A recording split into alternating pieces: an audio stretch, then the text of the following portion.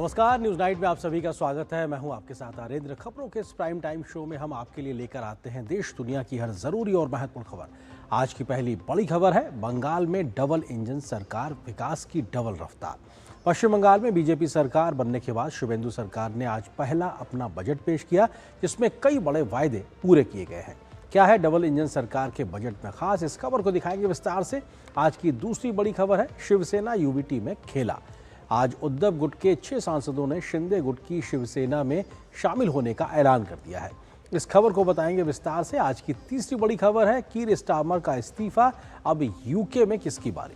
Britain के प्रधानमंत्री ने अपने इस्तीफे का ऐलान कर दिया है। बीते 10 साल में छठे प्रधानमंत्री के इस्तीफे के बाद अब अगला पीएम ब्रिटेन में कौन होगा, इस पर सभी की निगाहें लगी हुई है। क्या है इस खबर में बताएंगे आपको विस्तार से। शुरुआत करते हैं हेडलाइंस के साथ। पश्चिम बंगाल में भाजपा सरकार ने पेश किया 4,38,000 करोड़ का पहला बजट। महिलाओं को 33% आरक्षण के साथ भरे जाएंगे 1 लाख से ज्यादा सरकारी पद।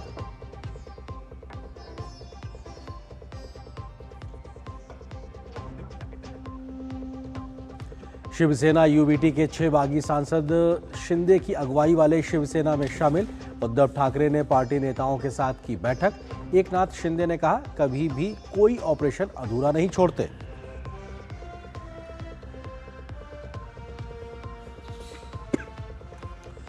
लखनऊ में कोचिंग सेंटर में लगी आग, 14 की मौत। सीएम योगी ने मृतकों के परिजनों को 5 लाख की आर्थिक सहायता का ऐलान किया। हादसे पर राष्ट्रपति और प्रधानमंत्री मोदी ने जताया दुख।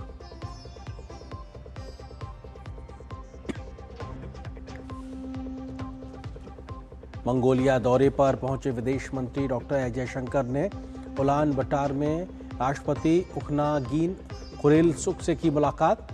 विकास, ऊर्जा, शिक्षा, संस्कृति और अन्य क्षेत्रों में सहयोग पर चर्चा।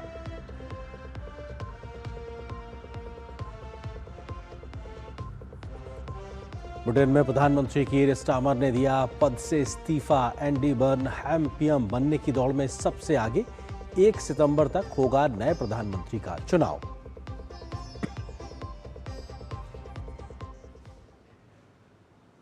उत्तर प्रदेश की राजधानी लखनऊ के अलीगंज क्षेत्र में एक 3 मंजिला इमारत में भीषण आग लगने से बड़ा हादसा हो गया है।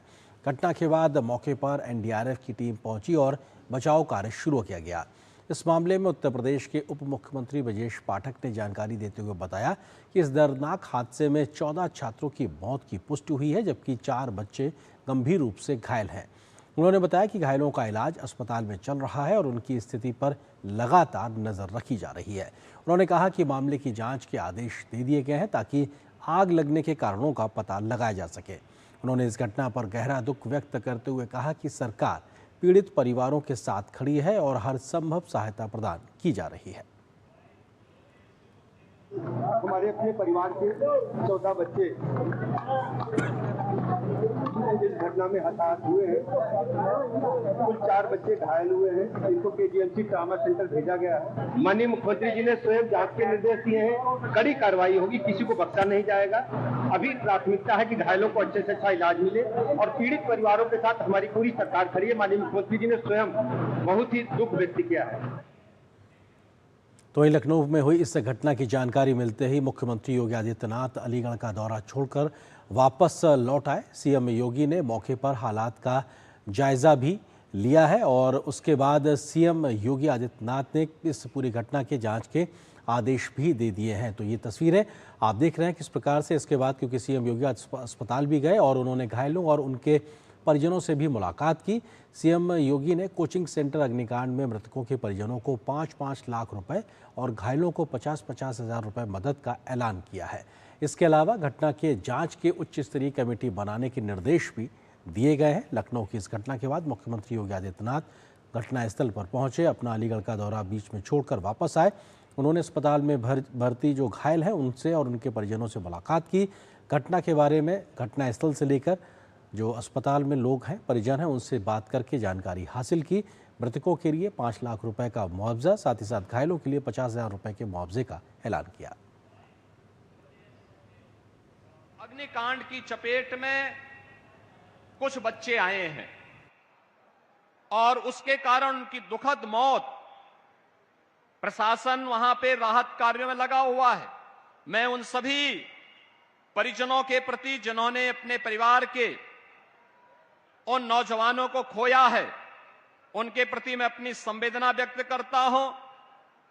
उन पूरे परिवारजनों के प्रति और इस पूरे मामले के लिए मैंने उत्तर प्रदेश के पुलिस महानिदेशक और अपर मुख्य सचिव गृह को भी कहा है कि वे स्वयं मौके पे जाकर के इसकी रिपोर्ट प्रस्तुत करें। इस पूरे मामले की तह में हम जाकर के दोषियों को सजा भी दे सकें और उन पीड़ित परिवारों के प्रति अपनी संवेदना भी व्यक्त कर सकें। तो योगी सरकार इस घटना पर सख्त नजर आ रही। उस बीच में लखनऊ के अलीगंज के क्षेत्र के पुरनिया में कोचिंग सेंटर में आग लगने की घटना पर प्रधानमंत्री नरेंद्र मोदी ने गहरा दुख जताया है। उन्होंने प्रधानमंत्री कार्यालय के सोशल मीडिया प्लेटफॉर्म एक्स पर लिखा है कि उत्तर प्रदेश के लखनऊ में आग लगने की घटना में हुई मौतों से बहुत दुख हुआ। पीड़ित परिवारों के प्रति मेरी संवेदनाएं। घायल लोग जल्द से जल्द ठीक हों। बचाव कार्य चल रहा है और अधिकारी हर संभव मदद पहुंचा रहे हैं। PMNRF से मृतकों के परिजनों को 2-2 लाख रुपए की अनुग्रह राशि दी जाएगी। घायलों को 50,000 रुपए दिए जाएंगे।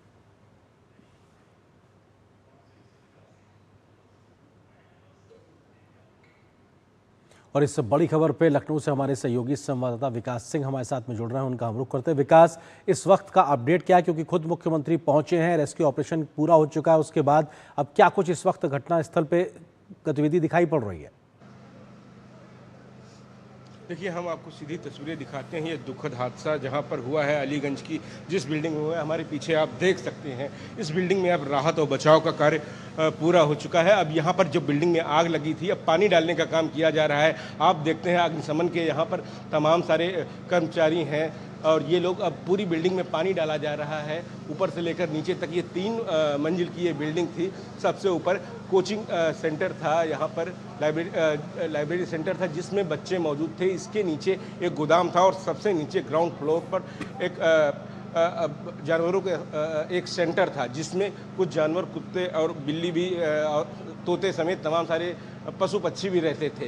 लेकिन सबसे बड़ा हादसा, सबसे बड़ा जो दुखद घटना हुई है वो 3रे फ्लोर पर हुई है, जहां पर जिस सेंटर पर तमाम सारे बच्चे मौजूद थे। और इस घटना में 14 लोगों की पुष्टि उप मुख्यमंत्री ब्रजेश पाठक ने की है और माना जा रहा है एक व्यक्ति की मौत KGMU में भी हुई है और कुल मिलाकर 15 लोगों की मौत हुई है और 4 लोग इस घटना में घायल हैं। मुख्यमंत्री योगी आदित्यनाथ अभी कुछ ही समय पहले घटनास्थल पर पहुंचे थे और उन्होंने घटनास्थल का जायजा लिया था। यहाँ पर तमाम सारी लोग मौजूद हैं। यहाँ पर पुलिसकर्मी मौजूद हैं, अग्निशमन विभाग के यहाँ पर मौजूद हैं, SDRF की टीम भी यहाँ पर मौजूद है और तमाम सारे लोग यहाँ पर हैं, बने हुए हैं और तमाम सारे लोग देख रहे हैं। क्योंकि इस दुखद घटना में जो बच्चे भविष्य बनाने के लिए यहाँ पर पहुँचे थे, पढ़ने सीखने के लिए पहुँचे थे, आज इस दुखद घटना में उनकी मौत हो गई है। मैडम, क्या कहेंगी? बहुत ही दुखद हादसा है। हाँ, हम तो यहीं के ही हैं, हम तो यहीं के ही हैं। अच्छा, पीछे के ही है। अच्छा, कब आपको पता चला यहाँ आग लग गई है? 3:15 बजे। अच्छा,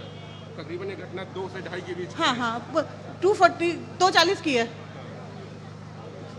लेकिन सुरक्षा की बहुत गारंटी होनी चाहिए। बच्चे जो पढ़ने आए थे वो, हाँ, कुछ नहीं बचा, कुछ भी नहीं बचा।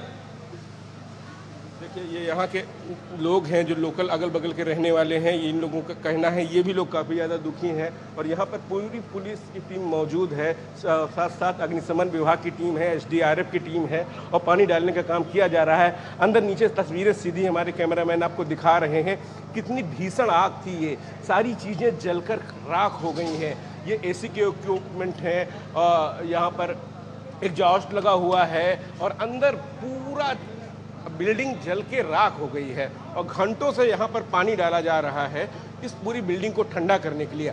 आसपास की बिल्डिंग KVC से तोड़े गए थे क्योंकि धुएं के कारण, दम घुटने के कारण भी यहाँ पर लोगों को कोई परेशानी न पड़ नहीं पाए। यहाँ पर जब SDRF की टीम पहुँचती है, अग्निशमन विभाग की टीम पहुँचती है, तो यहाँ पर बगल के फ्लोर की दीवार काटकर अंदर पहुँचती है और लोगों को निकालने का काम करती है। हालांकि घटना की सूचना के बाद ही मुख्यमंत्री योगी आदित्यनाथ ने निर्देश दे दिए थे कि तमाम सारे आला अधिकारी यहाँ पर पहुँचे। तो यहाँ पर ACS होम पहुँच गए थे, DGP पहुँच गए थे, पुलिस कमिश्नर पहुँचे हुए थे, जिला अधिकारी पहुँचे हुए थे, तमाम सारे अधिकारी यहाँ मौजूद थे। उप मुख्यमंत्री ब्रजेश पाठक भी यहाँ स्वयं मौजूद थे और उन्हीं की निगरानी में पूरा रेस्क्यू ऑपरेशन हुआ है और जो घायल हैं उनको किंग जॉर्ज चिकित्सा विश्वविद्यालय में भर्ती कराया गया है, जिनका इलाज चल रहा है। सकुशल उनको ठीक हो जाएं, उनकी इलाज में कोई कमी न रहे, इसके लिए जी। मुख्यमंत्री योगी आदित्यनाथ ने निर्देश दिए हैं। और साथ ही साथ उच्च स्तरीय जांच कमेटी बनाई गई है जो इस पूरी घटना पर जांच रिपोर्ट देगी। इसके जो भी दोषी हैं उनके खिलाफ सख्त से सख्त एक्शन लेने की बात गई है, क्योंकि ऐसी घटनाओं की पुनरावृत्ति एक बार फिर से कभी ना हो, इस तरीके की रिपोर्ट, जांच रिपोर्ट दी जाएगी और किसी भी प्रकार से किसी भी दोषी को बख्शा नहीं जाएगा। जी विकास, सवाल बहुत सारे हैं कि आखिर ये घटना हुई कैसे, और हुई तो इसके लिए जिम्मेदार कौन है? क्या वो लोग जिनकी ये बिल्डिंग है, क्या वो लोग जिन्होंने इस प्रकार की बिल्डिंग में तमाम जो इंतजाम किए जाने की परमिशन देनी थी वो जिम्मेदार है? अभी जांच से बहुत कुछ सच निकलेगा, लेकिन शुरुआती जो तमाम सवाल है उसके कितनों के जवाब मिलते हुए दिखाई पड़ रहा है। सूत्रों से क्या खबर मिल रही है कि बड़ी वजह क्या थी, किसकी वजह से इतनी बड़ी घटना, दुखद घटना हो गई? अरेंद्र, सबसे बड़ी बात होती है जो आग लगने की घटना होती हैं, ऐसे में जो सेंटर चला करते हैं, चाहे वह होटल जो भी चला करते हैं, वहाँ पे आने जाने के रास्ते आप किस तरीके से रखे हैं? अगर आग लग जाए तो आप उसके बचाव के क्या उपाय हैं? यहाँ पर भी कुछ ऐसा ही था कि वहाँ पर निकलने के एक से ज़्यादा रास्ता नहीं था और आगे की ही तरफ, इस बिल्डिंग के आगे की तरफ आग लग जाती है। और ये कुछ लोगों का कहना ये है कि बिल्डिंग के ऊपर जो सबसे छत की तरफ जाने का रास्ता था, उस जगह पर उस में ताला बंद था, उस दरवाजे में, तो तमाम सारे जो बच्चे थे वो आगे की तरफ जब आग लगती है, और माना यह जा रहा है अभी शुरुआती तौर पे कि किसी एसी में शॉर्ट सर्किट हुआ है और जिसके कारण ये आग लगी है, आग की शुरुआत हुई है। उसके बाद अचानक से आग इतनी भयावह हो गई थी कि हमने तस्वीरों में भी देखा था कि एक बच्चा तो तीसरी मंजिल से कूद कर अपनी जान बचाई, जिसको काफ़ी ज़्यादा चोटें आ गई थी। और तमाम सारे ऐसे बच्चे थे जो धुएं से उनका दम घुट गया, उसमें आग में झुलस गए। तो बहुत ही भीषण हादसा था। लेकिन सबसे बड़ी बात है कि ऐसे सेंटर जो बनाए जाते हैं, इनकी किस तरीके की परमिशन इनकी दी जाती है, चेकिंग किस तरीके से की जाती है। जब कोई बड़ी घटना हो जाती है तो प्रशासनिक अमला एक सघन चेकिंग अभियान चलाता है, लेकिन हकीकत से परे इस तरीके से गली मोहल्लों में तमाम सारे ऐसे सेंटर चला करते हैं जहां पर कम से कम लोगों की ये डिमांड है कि कम से कम 2 एग्जिट, 2 एंट्री पॉइंट होने चाहिए कि किसी भी विपरीत परिस्थिति अगर उत्पन्न हो तो लोग वहां से सकुशल निकल सकें, अपनी जान बचा सकें। उसकी पहले गारंटी होनी चाहिए, उसके बाद उस सेंटर को परमिशन मिलनी चाहिए। तमाम सारे लोग अपने इन पढ़ाई लिखाई के सेंटरों को व्यवसायिक सेंटर बनाते हैं, लाभ कमाते हैं, और जो आम लोगों की जान, नौनिहालों की जान जो वहाँ पर लोग आते हैं, उनकी क्या सुरक्षा की गारंटी उनको देनी चाहिए, इस बात के पुख्ता इंतजाम नहीं होते हैं। और यही कारण होता है। हमने कुछ दिन पूर्व अभी दिल्ली की घटना देखी थी और आज ये दुखद घटना राजधानी लखनऊ में हुई है। निश्चित रूप से बहुत ही दुख की घटना है ये। पीएम मोदी समेत तमाम सारे लोगों ने इस घटना पर बहुत ही दुख जताया है। मुख्यमंत्री योगी आदित्यनाथ तो अपना अलीगढ़ का कार्यक्रम छोड़कर राजधानी लखनऊ आ गए। तो बहुत बेहद ही दुखद घटना है और सोचने पर मजबूर कर देती है हर किसी को कि आखिर अपने बच्चों को कहां भेजें हम, जहां पर वो सुरक्षित रहें। क्या इस तरीके के इंतजाम आगे चलकर होंगे जहां पर हम निश्चिंत होकर भेज सकते हैं कि हमारा बेटा सुरक्षित है, हमारी बेटी सुरक्षित है? ये बेहद ही जरूरी होता है। आर्यन, विकास, क्या ये बिल्डिंग गलत तरीके से ही बनाई गई थी या फिर बनाने के समय उन तमाम मानकों का तो पालन किया गया, लेकिन वक्त के साथ उसमें तमाम प्रकार के संशोधन करके इस प्रकार के एरिया को बढ़ाने के लिए तमाम वो रास्ते ब्लॉक हो गए जिसकी वजह से ये हादसा हुआ? क्या कुछ शुरुआती जानकारी इस बात को लेकर आ रही है? क्योंकि तमाम जो नगर निगम होते हैं, तमाम प्रकार की एनओसी जो मिला करती है, चाहे वो फायर सेफ्टी की हो या तमाम अन्य प्रकार के व्यवस्थाओं की लेकर, उसमें बहुत से मानक होते हैं। इतने बड़े बड़े मानकों का सीधे तौर पर नज़रअंदाज हो जाना तो ये तो अपने आप में गंभीर सवाल भी खड़े करता है। जी बिल्कुल, ये सवाल खड़े करता है। चूंकि निगम के द्वारा या एलडीए के प्राधिकरण के द्वारा जो कुछ मानक बनाए जाते हैं, क्या उसी के अनुरूप पूरा शहर बसा है? अगर हकीकत की बात करें तो सच में ऐसा नहीं है। शायद ही मात्र 25 से 30% ऐसे इलाके होंगे जहां पर पूरे नियम कायदे के साथ मकान का निर्माण होता है, व्यवसायिक कॉम्प्लेक्स का निर्माण होता है। लेकिन हम इसको देख सकते हैं कि ये पूरी बिल्डिंग की अगर बात करें तो पार्किंग एरिया इसमें कहाँ था? कहीं नहीं था, रोड पे ही था। आप निकलने का रास्ता कहाँ था?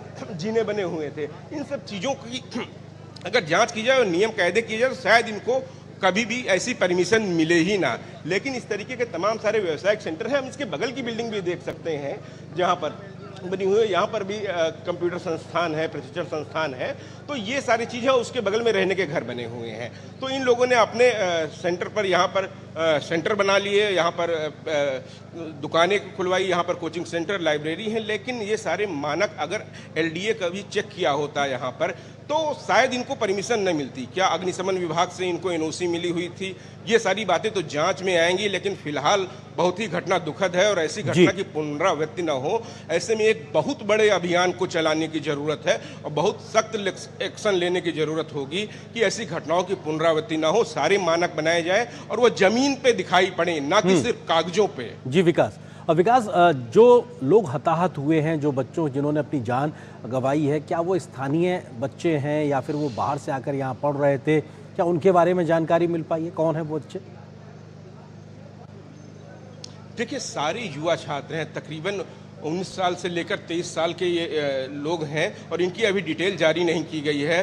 चूंकि अभी यहाँ से रेस्क्यू किया गया है, मेडिकल कॉलेज किंग जॉर्ज चिकित्सा विश्वविद्यालय उनको पहुँचाया गया है। अब उनकी शिनाख्त की जा रही है। शिनाख्त के बाद उन लोगों की सूची जारी की जाएगी, जल्द ही जारी की जाएगी, क्योंकि पूरा महकमा लगा हुआ है इस काम में। सबसे पहले यहाँ पर पूरा काम रेस्क्यू का, बचाव का हुआ है। अब इलाज पर सरकार की प्राथमिकता है और साथ साथ जो इस दुर्घटना में जो उन्होंने जान गंवाई है, अब उन पर कंसंट्रेट किया जाएगा, उनके परिवार से संपर्क किया जाएगा और उन लोगों को मुख्यमंत्री योगी आदित्यनाथ की तरफ से घटना में 5-5 लोगों की सहायता राशि प्रदान करने की बात कही गई है। लेकिन क्या ये राशि इतनी बड़ी होती है कि जीवन चल सके? अपने जो बच्चे हैं उनकी कीमत क्या सिर्फ 5 लाख रुपये है?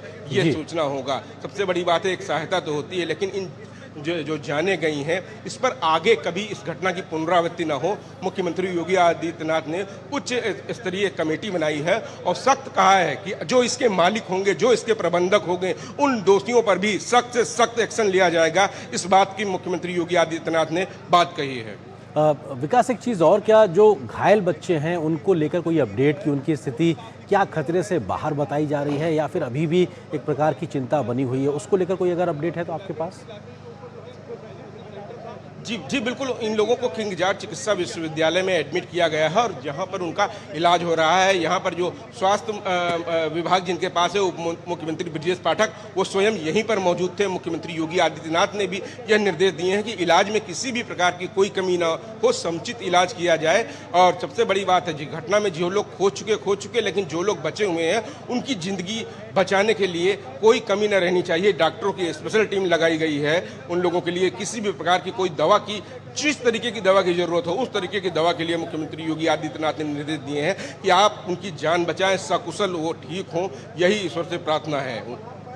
विकास, मुझे ध्यान है कुछ साल पहले लखनऊ में ही एक होटल में इस प्रकार का आग लगी थी और ऐसी घटना हुई थी और ख़ासतौर से उसका जो अप्रोच का जो रास्ता था उस पर भी कई प्रकार के सवाल खड़े हुए थे, क्योंकि वहाँ तक बड़ी फायर ब्रिगेड की गाड़ियाँ नहीं पहुँच पा रही थी। उसके बाद भी एक बड़ा अभियान चला था। क्या इस प्रकार की जब कोई घटना होती है तब ज़्यादा सतर्कता नज़र आती है, उसके बाद स्थिति वो नहीं दिखाई पड़ती? उतनी संवेद या कहा जाए उतनी हरकत में प्रशासन या निगम या फिर एलडीए जिसका आप जिक्र कर रहे हैं वो नहीं दिखाई पड़ता? ये बिल्कुल आर्यन सही कह रहे हैं कि जब कभी ऐसी घटनाएं होती हैं तो कुछ हफ्तों तक का अभियान चलाया जाता है। उस घटना से जुड़े हुए लोगों को सख्त सजा दिलाने का काम किया जाता है, लेकिन तमाम सारी अन्य जगहों पर जो उदाहरण स्वरूप संस्थान चल रहे होते हैं या होटल चल रहे होते हैं, उनको मानकों में किस छूट क्यों मिल जाती है, ये एक बड़ा सवाल है। और इसी सवाल पर बना रहता है, लोगों की जिंदगियां निर्भर करती हैं कि अगर वहां सख्ती से एक्शन लिया जाए। हमने देखा था उस मामले पर कई एफआईआर दर्ज कराई गई थी, कार्रवाई की गई थी, लेकिन अब इस घटना पे भी कहा गया है कि इस बार और सख्त कार्रवाई की जाएगी। उस सख्त कार्रवाई के साथ साथ अन्य जगहों पर अभियान चलाकर ऐसे मानक सेट किए जाएंगे, ऐसे तय किए जाएंगे कि परमिशन उन्हीं लोगों को मिले जो उस नॉर्म्स और कंडीशन का पालन करते हों, वही संस्थान चलाए जा सकें, वही होटल चलाए जा सकें। क्योंकि हमने देखा था दिल्ली में घटना के बाद भी लखनऊ में एक बड़ा अभियान चलाया गया था, लेकिन अगर वो बड़ा अभियान चलाया गया था तो इस जैसे सेंटर कैसे चल रहे थे? अगर चल रहे थे तो उस अभियान का क्या महत्व रह जाता है? विकास, हम देख रहे हैं कि इस बिल्डिंग के बगल की बिल्डिंग में भी लगातार आग का जो एक असर है वो दिखाई पड़ रहा है। तो क्या उस बिल्डिंग से जुड़े हुए लोगों के साथ भी उनको भी दिक्कतें पेश आई, या आप इस बात का जिक्र कर रहे थे कि उस बिल्डिंग से एसडीआरएफ के लोगों ने दीवार को काट के रास्ता बनाया, वो रेस्क्यू ऑपरेशन कैसे चला फिर? जी, हम दोनों तरफ अपने कैमरामैन से कहेंगे कि तस्वीरें दिखाएं।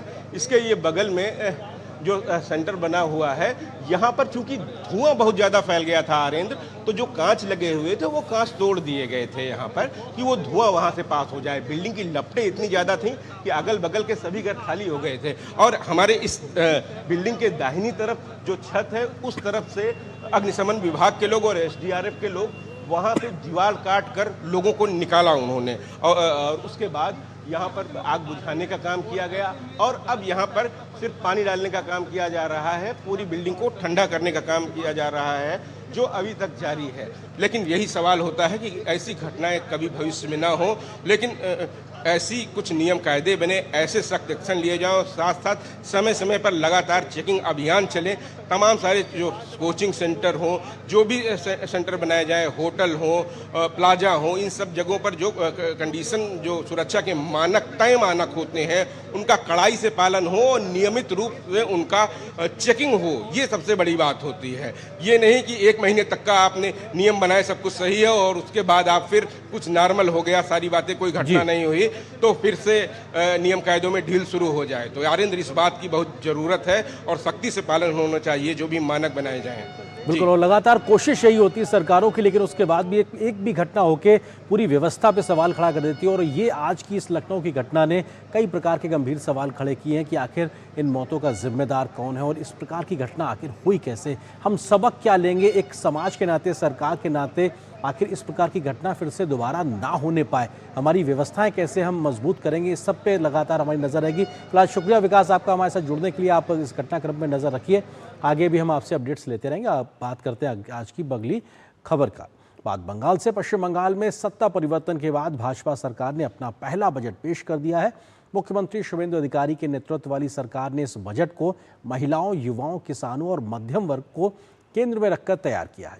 एक तरफ सरकारी नौकरियों में 1 लाख से ज़्यादा पदों पर भर्ती और कर्मचारियों के लिए 38% DA का ऐलान किया गया है, तो दूसरी तरफ महिलाओं, किसानों और छात्रों के लिए भी कई बड़ी घोषणाएं की गई हैं। भाजपा सरकार का ये बजट बंगाल में तुष्टीकरण से राष्ट्रवाद की ओर बड़ा एक कदम भी माना जा रहा है। क्या है इस बजट की बड़ी बातें और इसे लेकर लोगों की प्रतिक्रियाएं क्या है, देखिए इस रिपोर्ट में। पश्चिम बंगाल में शुभेंदु सरकार ने अपना पहला बजट पेश कर दिया है। वित्त मंत्री स्वपन दास गुप्ता ने भाजपा सरकार का बजट पेश किया। इस बजट में सरकार ने 1 लाख से ज्यादा सरकारी पदों को भरने का ऐलान किया। इन पदों पर महिलाओं को 33% आरक्षण दिया जाएगा। इसके अलावा महिलाओं के लिए कई योजनाओं का ऐलान भी किया गया है। वित्त मंत्री ने कहा कि 4,30,000 करोड़ के बजट में पूर्व सीएम ममता बनर्जी के समय शुरू हुई सभी सामाजिक कल्याण योजनाओं को जारी रखा जाएगा। इस बजट में सरकारी कर्मचारियों को 38% DA देने का ऐलान किया गया है। बजट में बुनियादी ढांचे, स्वास्थ्य, शिक्षा और सामाजिक कल्याण योजनाओं पर विशेष फोकस रखा गया है। अल्पसंख्यक कल्याण और मदरसा विभाग के लिए फंड 5,713 करोड़ से घटाकर 2,165.42 करोड़ किया गया है। कोलकाता में एक नए एयरपोर्ट बनने की घोषणा की गई है। अन्नपूर्णा योजना के लिए 36,000 करोड़ रुपए का प्रावधान है। प्रधानमंत्री आवास योजना के लिए 13,000 करोड़ रुपए का प्रावधान किया गया है। विधायक निधि को 70 लाख से बढ़ाकर 1 करोड़ रुपए किया गया है। उत्तर बंगाल में एक IIT, IIM और एम्स स्थापित करने का प्रस्ताव रखा गया है। बेरोजगार युवाओं के लिए भरोसा योजना लाई गई है। प्रतियोगी परीक्षाओं के लिए हर जिले में मुफ्त कोचिंग सेंटर बनेगा। किसानों को धान पर प्रति क्विंटल 200 रुपए। और सीधे आपको ले चलते हैं रिपब्लिक टीवी के कार्यक्रम पर, जहां प्रधानमंत्री नरेंद्र मोदी शामिल हो रहे हैं। ये सीधी तस्वीरें। We welcome you, sir, once again.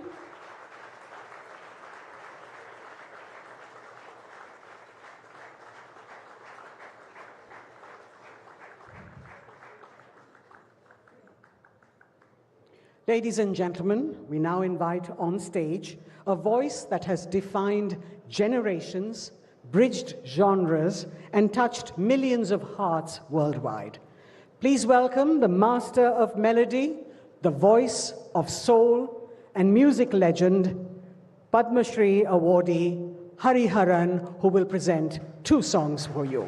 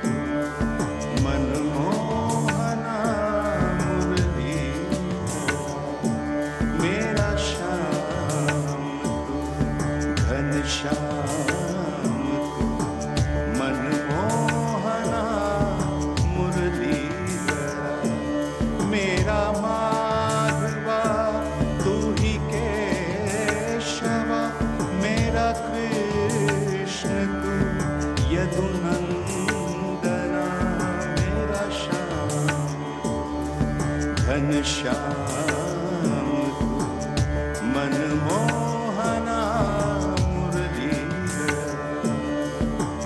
दादा सनि दादा मरसा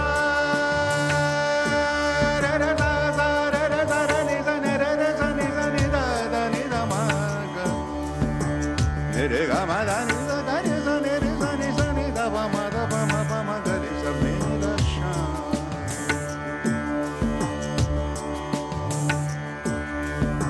गोविंद तू मधुसूदना गोविंद तू मधुसूदना योगेश्वरा नंदलाल तू योगेश्वरा नंदलाल तू गोविंद तू मधुसूदना योगेश्वरा नंदलाल तू मेरा कान्हा रत्ना गरा मेरा कान्हा तू गोपाल तू सुमिरन करूं चिंतन करूं पूजन करूं तेरी वंदना मेरा श्याम तू घनश्याम तू मनमोहना मुरलीधर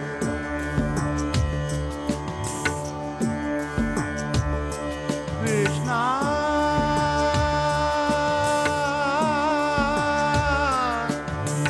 कृष्णा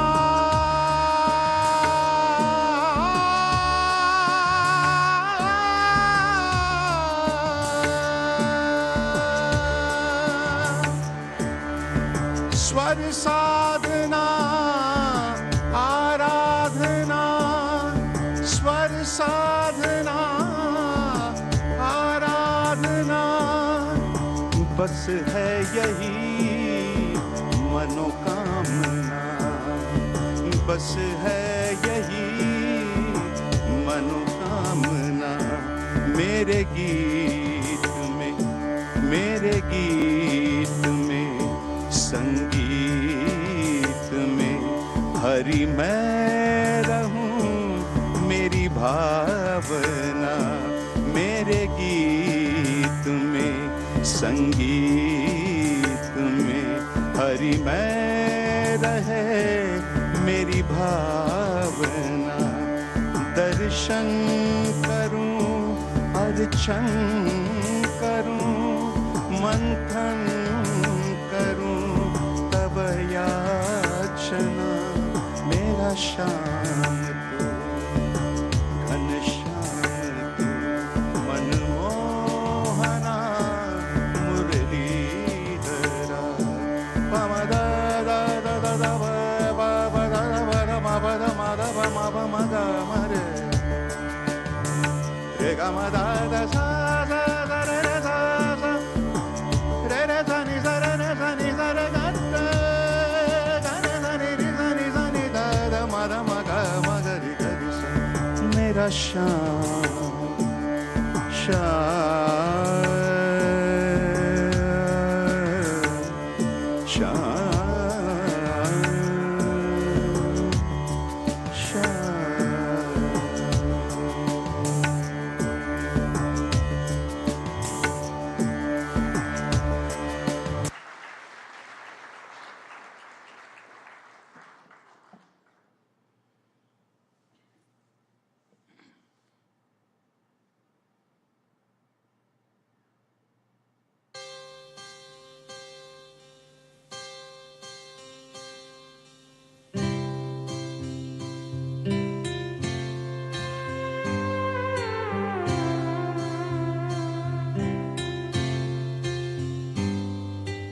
भारत हमको जान से प्यारा है, सबसे न्यारा गुलिस्तां हमारा है। भारत हमको जान से प्यारा है, सबसे न्यारा गुलिस्तां हमारा है। सदियों से भारत भूमि दुनिया की शान है। भारत माँ की रक्षा में जीवन कुर्बान है। भारत हमको जान से प्यारा है। सबसे न्यारा गुलिस्तां हमारा है।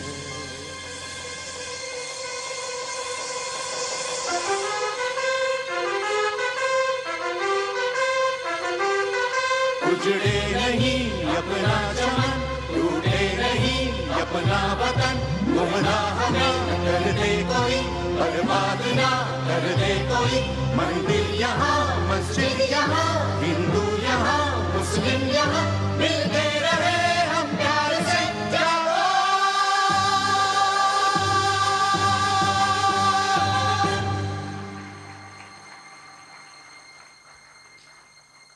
हिंदुस्तानी नाम हमारा है। सबसे प्यारा देश हमारा है। हिंदुस्तानी नाम हमारा है। सबसे न्यारा देश हमारा है। जन्मभूमि है हमारी, शान से कहेंगे हम। सब ही तो भाई भाई प्यार से रहेंगे हम।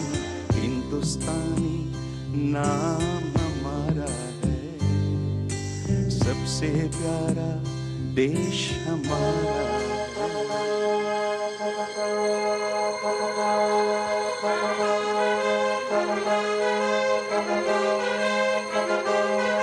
आसाम से गुजरात तक, बंगाल से महाराष्ट्र तक, जाति कहीं गुण एक है, भाषा कहीं सुर एक है। कश्मीर से मद्रास तक कह दो सभी हम एक है। आवाज दो हम एक है। जागो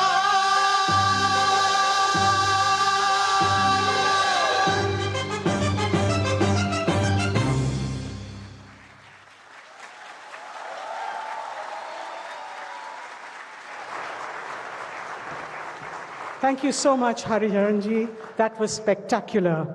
May I now request you to be seated as I invite Republic Media Network's founder and editor-in-chief, Arnab Goswami, to the stage to welcome the Honorable Prime Minister.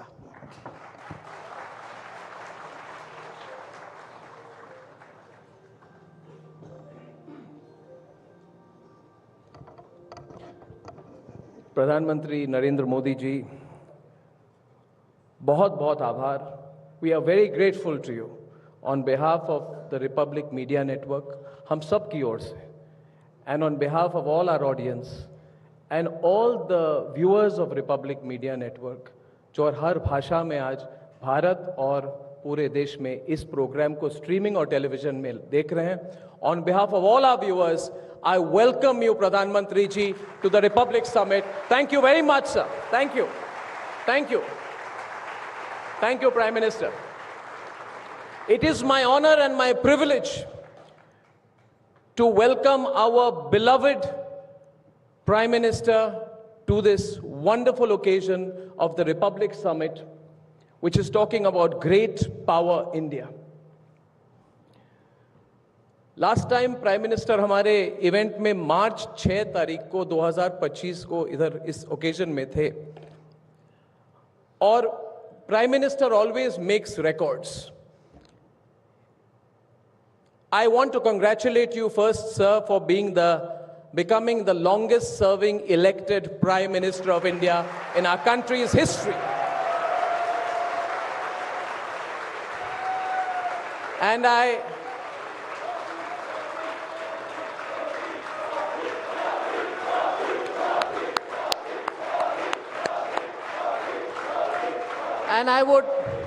I think, Pradhan Mantri ji, I can say on behalf of everybody, we want you to keep breaking records, sir, keep breaking records.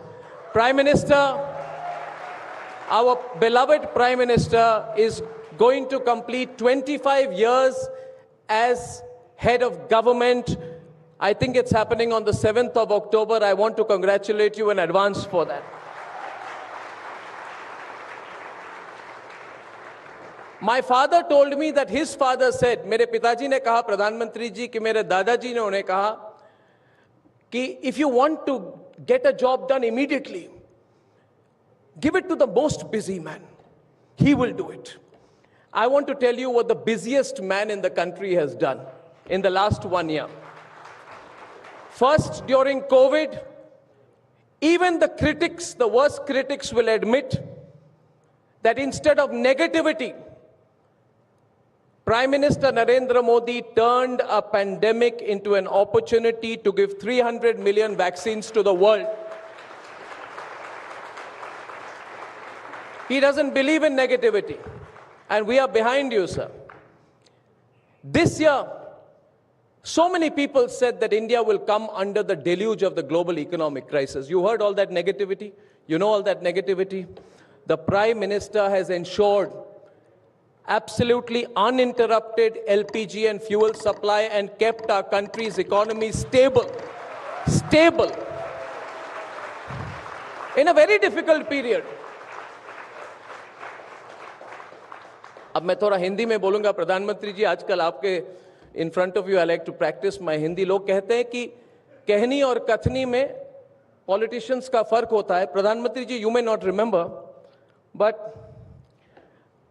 During the election campaign of 2014 सबने interview के applications दिए थे प्रधानमंत्री जी को और मेरा number आया नहीं था तो मैंने किसी एक उस समय के संपादक को पूछा कि मेरा नंबर कब आएगा तो उन्होंने कहा मुझे don't worry you are likely to get the last interview of the election campaign I don't want to remind you who I started who the first interview was of the election campaign of 2014. But in that interview on 8th of May 2014, Pradhan Mantri ji, which I recorded with you in Gandhinagar at the Chief Minister's house, आपने कहा था मुझे जब मैंने पाकिस्तान का सवाल पूछा था तो आपने कहा अर्नब अभी भी मेरे मन में वो है अर्नब बम बंदूक और बारूद के बीच में बातचीत हो सकती है क्या And today, I want to tell you, sir, you have been steadfast. Nobody in the history of this country has served our motherland on strategic and military interests like you have. In the last 1 year, the Prime Minister, the busiest man of the country, has also, we fired 19 BrahMos on Pakistan. And I want to thank, during Operation Sindoor, sir, I remember rongte khade ho gaye the. When at 1:45 in the morning, I think it was 6th of May, you remember the morning of 6th of May, when we saw those fireballs, and we said, we have the power. We have the power, it's only about using it. It's only about political determination to use it. BrahMos was first tested 20 years back, but the Prime Minister used it, and we are grateful to you for that, Prime Minister. But the biggest achievement of the Prime Minister, the day he completed 12 years, I said, the biggest achievement of the Prime Minister is this, that in this country's democracy, here is one man who has won 3 general elections. And, 1 minute, in the last 12 years, has won over 40 state elections. That is the test of a democracy. And we are very proud to have a leader with a mandate of the people, sir. Prime Minister, great power ke there are 3 characteristics of a great power I have heard. Economic strength, but it also the ability to leverage it. In that today, in purchasing power parity terms, log kuch bhi kahe, we are an $18 trillion economy already and 4 trillion in real terms. We are going to be 35 trillion. Prime Minister, if you lead the way, we will get there faster than you want also. The people of this country will be behind you. The second test of being a great power is military strength. But that is only if you have the ability to use it. The non-contact warfare, General Bakshi is with us here, that you have spearheaded has taken us to a new level of power projection in military terms. We are grateful to you for that, sir. But the third, which is personally, I believe, a contribution of Prime Minister Narendra Modi, and only Prime Minister Narendra Modi, is whether it's G7. Congratulations, Prime Minister. We were so proud of the G7 visit, whether it is SCO, whether it is Quad, whether it is BRICS, where we will be taking the presidency. There is no global institution which is complete without Bharat. And these three characteristics make a country a great power: economic strength, military power projection, and institutional validity. And on all three fronts, we owe it to the leadership of Prime Minister Narendra Modi ji. Prime Minister, on behalf of everyone today, I want to say one thing to you, sir. It is because of your leadership in the last 12 years that we are today no longer called a middle power globally. We are called a great power. And I'm much younger to you, but I'll make one short prophecy, sir. It will be because of your leadership that we are very soon going to be a superpower, sir. But we will not be a unilateral superpower. During the Cold War means you are so strong you don't have to listen to anyone in the world. We will not be that kind of superpower, sir. But you are the man who is going to be credited for taking India from middle power to great power to superpower. And lastly, we want to thank you for one more thing, which is Saman Afsar, जिसको अंग्रेजी में प्रधानमंत्री जी level playing field, एक निष्पक्ष मुकाबला, a free competition, which was not possible. People can say whatever, but it was not possible before 2014. Today we have people like Sridhar Vembu before us. We are so proud of what he has achieved.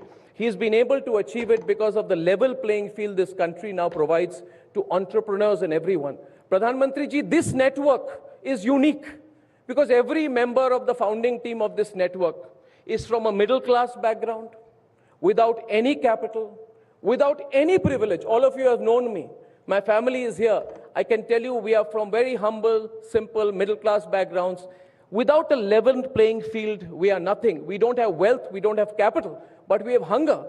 We want the opportunity, but we did not get the level playing field. The ecosystem that is not happy with all of India getting a level playing field are the people who have a negative mindset. But they are not representing the will of the people of India. The will of the people of India are those people who listened to you. In 2018, when you gave me the great honor, Pradhan Mantri ji, you came to Mumbai for the First Republic Summit. And I want to end with one quote you said then. Aapne kaha, the country with the world's youngest population cannot afford to dream small. You have taught this country to dream, sir. We had lost confidence in ourselves. You have taught this country to dream. And so when I listened to you on 15th August 2022, when you spoke about Viksit Bharat, I said that you have now given us a charter for the next 20 years. I assure you, on behalf of everyone who's watching today, that this country stands with you, and Viksit Bharat, we will not make you wait till 2047, sir. We will achieve it much before that. We are grateful for your leadership. We are grateful to you for coming. Thank you so much, Pradhan Mantri Narendra Modi ji, for coming to the Republic Summit. Thank you very much. Thank you, sir.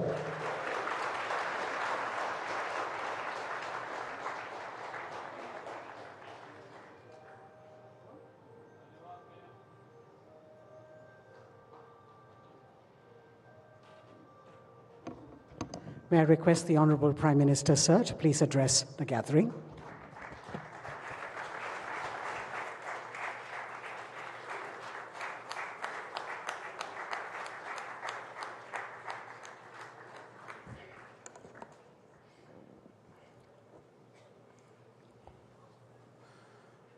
स्वर साधना मनोकामना आराधना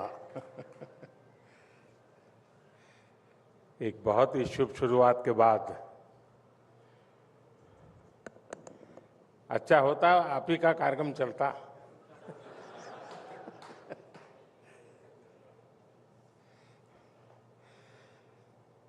आप सबको नमस्कार। Republic TV network के सभी दर्शक और अब तो बहुत सारी भाषाओं में भी है, तो उन सबको भी मेरा प्रणाम। मैं इस समिट में हिस्सा लेने आए सभी साथियों का भी अभिनंदन करता हूं। 24 घंटे चलने वाले चैनलों में ब्रेकिंग न्यूज, इसका बहुत बड़ा महत्व होता है। और आजकल तो दुनिया में ही, पूरी दुनिया, कहीं पर भी नजर डालो, पूरी दुनिया ब्रेकिंग न्यूज के मोड पर ही है।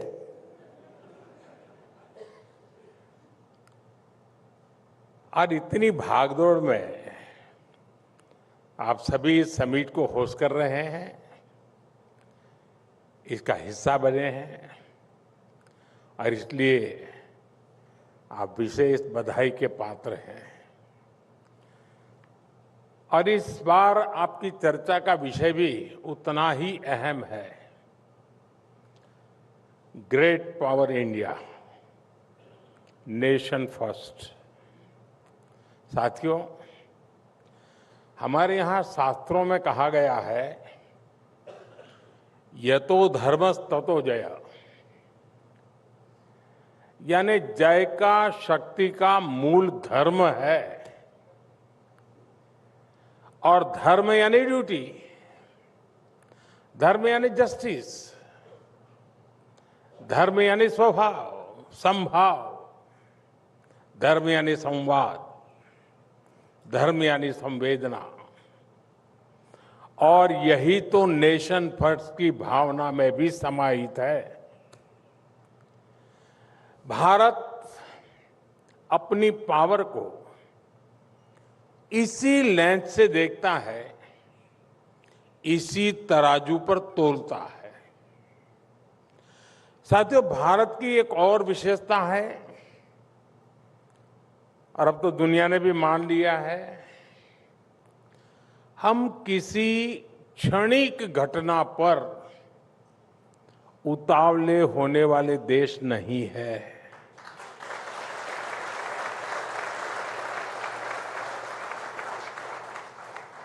हम वो हैं जिसने विकास और विनाश देखा भी है, झेला भी है। हम वो देश हैं जिसके जहन में युगों की मेमोरी चिप लगी हुई है। हम युगों की मेमोरी चिप वाले नेशन है, और इसलिए भारत जो कर रहा है, और ये मैं बहुत जिम्मेवारी के साथ कह रहा हूं, भारत जो कर रहा है वो आने वाले 1000 वर्ष का फ्यूचर लिखने वाला है।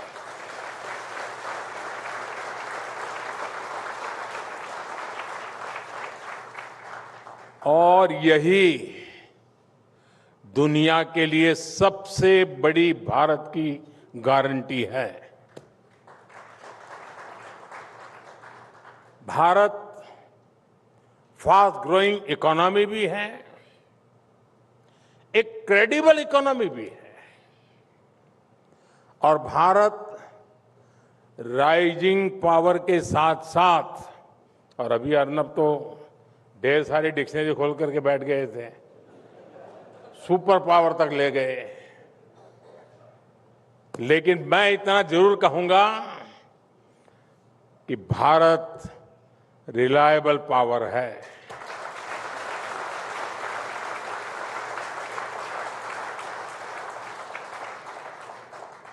मैं अभी 2-3 दिन पहले जी समिट से लौटा हूं, और दुनिया का हर नेता, हर देश इस बात को भली भांति समझता है कि आज के भारत के लिए नेशन फर्स्ट ही सबसे बड़ा मंत्र है, सबसे बड़ा सिद्धांत है।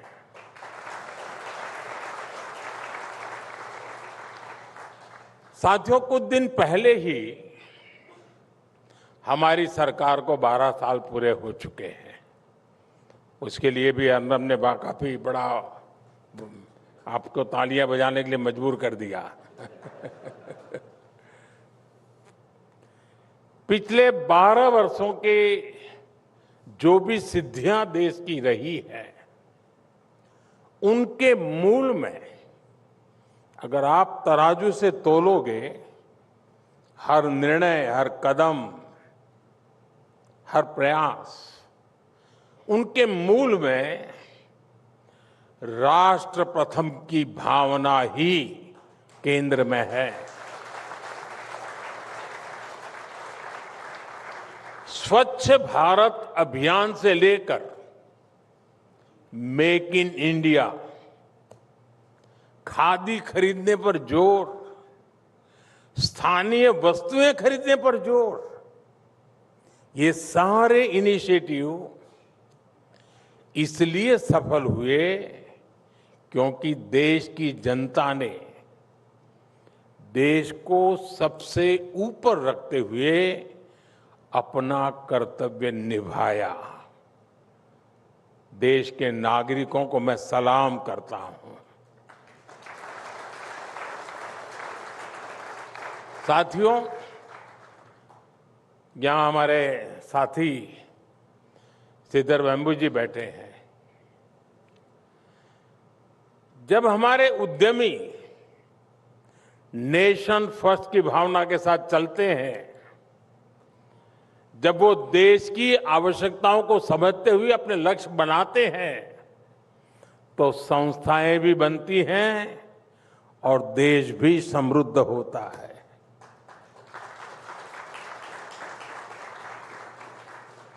सिद्धार्थ वेम्बू जी ने क्या काम किया है, शायद यहां बातों में कितना निकला होगा मुझे मालूम नहीं, लेकिन अभी मैं फ्रांस में विवाटेक में गया था। करीब 1.5-2 लाख नौजवान वहां होंगे। चलने के लिए भी मैं और फ्रांस के राष्ट्रपति अलग अलग स्टॉल पे जा रहे थे, देखने के लिए भी नौजवानों ने क्या काम किया है। तो हम जोहो के स्टॉल पे गए। मैं हैरान था जी, और गर्व होता था कि जोहो के स्टॉल पर यूरोप के नौजवानों की जो भीड़ लगी थी, और वो समझना चाहते हैं कि ये क्या है दुनिया में नई चीज। भारत में शायद उतनी चर्चा नहीं होगी जितनी मैंने वहां फ्रांस में देखी। बधाई हो आपको।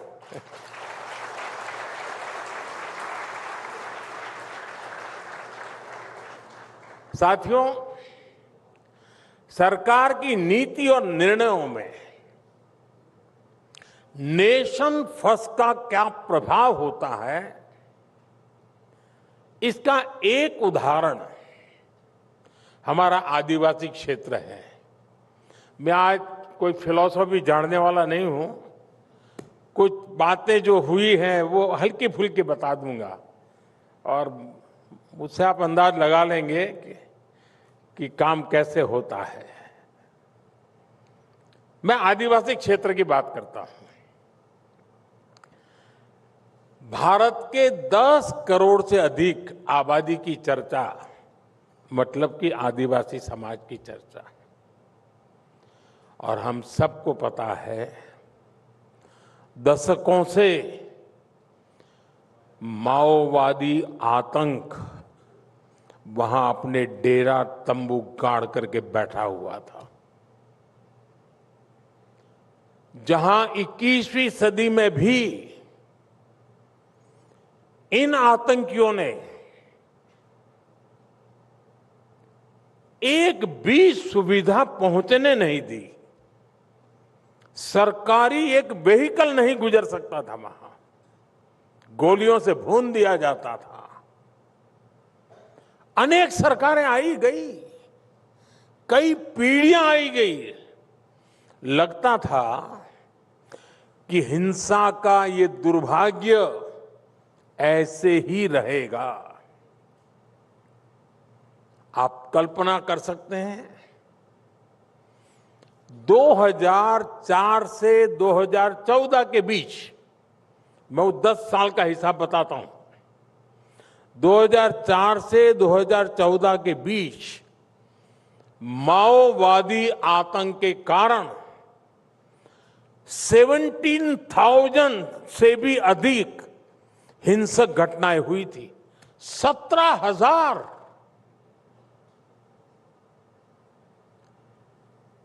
और करीब करीब 7,000 से ज्यादा जानें गई थी। साथियों, आज आपके लिए वन लाइन न्यूज होगा या टीवी पे आधे घंटे डिबेट होगी कि माओवादी आतंकवाद खत्म हो गया। चीजें ऐसे नहीं होती हैं, उसके लिए खपना पड़ता है।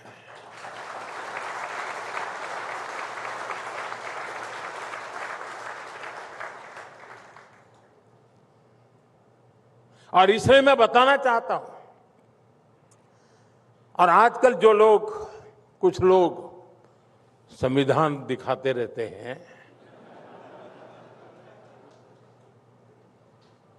लेकिन जब ये लोग सरकार में थे और नक्सल प्रभावित इलाकों में संविधान का नाम लेने पर गोली मार दी जाती थी, और तब ये लोग चुप बैठे थे। तब उनके हाथों में संविधान नहीं दिखता था, कांप रहे थे उनके हाथ। उस दर्दनाक स्थिति से कांग्रेस को कोई खास फर्क नहीं पड़ता था। साथियों, 2014 के बाद हालात को बदलने के लिए हम राष्ट्र प्रथम के भाव से आगे बढ़े, हम निकल पड़े।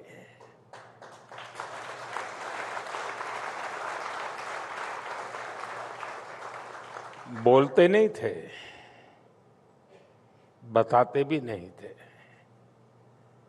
करते जरूर थे। हमने संकल्प लिया कि नक्सलवाद, माओवाद को जड़ से उखाड़ फेंकेंगे, और आज पूरा देश नतीजा देख रहा है। आज देश में माओवादी आतंक अपनी अंतिम सांसें गिन रहा है। और साथियों, कई बार अंतिम परिणाम इतना बड़ा और व्यापक होता है कि उसके पीछे की मेहनत पर ध्यान नहीं जाता। रिपब्लिक टीवी के दर्शकों को मैं खास तौर पर इसके बारे में बताना चाहता हूं। साथियों, जिन नक्सल प्रभावित इलाकों में दिन में जान से भी यानी सामान्य मानवी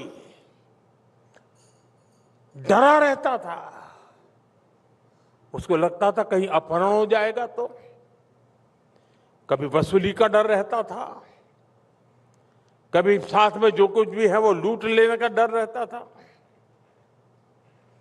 और जहां पर विकास की बात बोल तक नहीं सकते थे, आप लेकर के जा नहीं सकते थे, सब नामुमकिन था। ऐसे क्षेत्रों में हम विकास का संकल्प लेकर आगे बढ़े।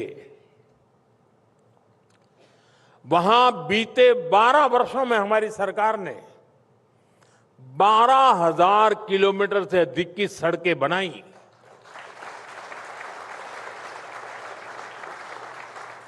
और कई बार तो हमने देखा कि सड़क बनाने के जो हमारा साजो सामान होता उसको जला दिया जाता था, कॉन्ट्रैक्टर को भगा दिया जाता था। अगर 25 लोग रोड पर काम करते तो 200 लोग पुलिस सुरक्षा रखते थे ताकि काम चले। ये सब इसलिए करते थे, तय किया था।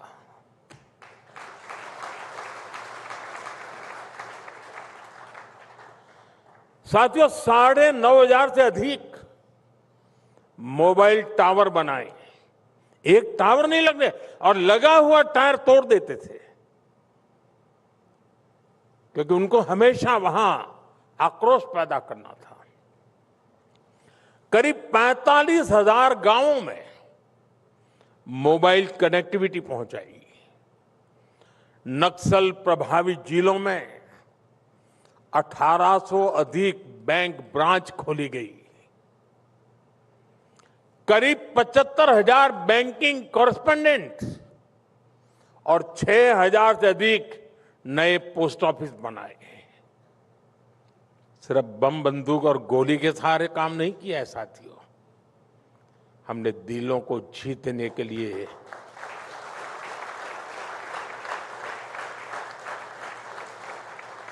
ईश्वर ने जो भी शक्ति दी थी उसको खपाया था। साथियों, हम बुलंद इरादों के साथ नक्सल प्रभावित इलाकों में जन सामान्य की आशा आकांक्षाओं को पूरा करने के लिए जा रहे थे। आप हैरान हो जाएंगे, एक मशहूर नक्सली, करोड़ों रुपए का इनाम थे उसकी मां के पास हम पहली बार राशन कार्ड लेके गए। बेटा अपनी मां को राशन कार्ड लेने नहीं देता था, आतंकवाद अपना चलाने के लिए। इतनी घटनाएं हैं, मैं हैरान था और सरकार चुप बैठी थी। उनको संविधान उस समय दिखता नहीं था, लेकिन सारे प्रयासों का परिणाम यह आया कि जन सामान्य में एक विश्वास का नया दौर आया।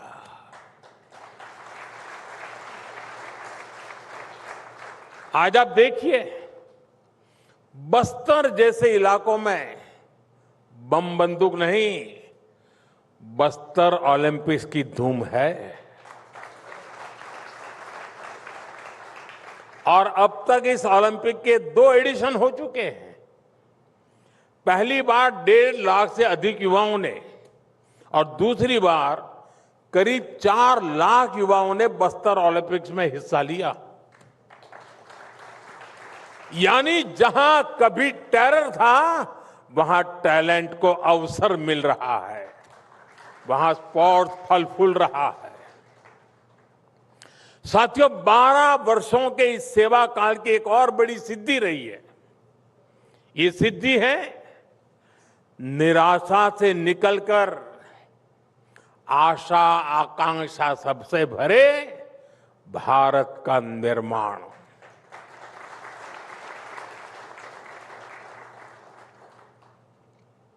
साथियों, नक्सल कहीं और होगा, लेकिन घटनाओं की पीड़ा हिंदुस्तान के हर कोने में होती थी। और जिस समय नक्सल खत्म होने की बातें आने लगी, तो विश्वास सिर्फ नक्सल इलाके का नहीं, हिंदुस्तान के कोने कोने में जगने लगा। 2014 से पहले के 10 वर्षों में जो कांग्रेस सरकार चली, उससे नाराजगी केवल गवर्नेंस की नहीं थी, तब देश की निराशा इससे कहीं अधिक थी। देश उम्मीद खो चुका था। लोगों को लगता था कि कुछ हो ही नहीं सकता, कुछ बदल ही नहीं सकता। साथियों, पिछले 12 वर्षों में भारत ने उसी निराशा को आशा में बदला है।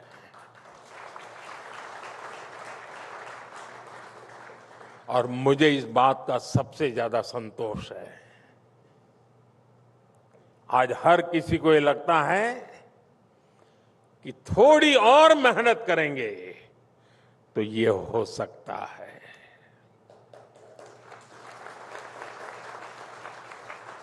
वो दिन चले गए जब एक ही बात सुनाई देती थी, कतई नहीं हो सकता, कतई नहीं हो सकता।